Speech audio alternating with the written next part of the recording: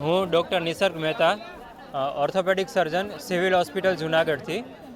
આજે આપણે જુનાગઢમાં 40મી રાજ્યકક્ષાની ગિરનારની આરોહણ અવરોહણ સ્પર્ધા યોજાઈ છે, જેમાં મેલ અને ફિમેલ બે કેટેગરીમાં મેલને 5500 પગથિયા અને ફિમેલને 2200 પગથિયા ચડીને ઉતરવાની કોમ્પિટિશન હોય છે.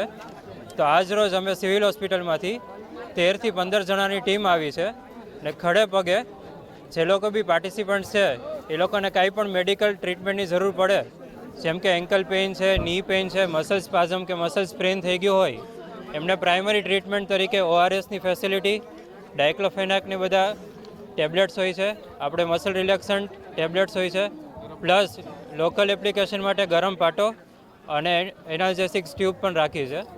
જરૂરિયાતમંદ કે વધારે જેને જરૂર હોય ટ્રીટમેન્ટની એવા દર્દીને સિવિલ હોસ્પિટલ અહીંયા એમ્બ્યુલન્સની સુવિધા રાખી છે. એમ્બ્યુલન્સથી સિવિલ હોસ્પિટલ શિફ્ટ કરીએ છીએ.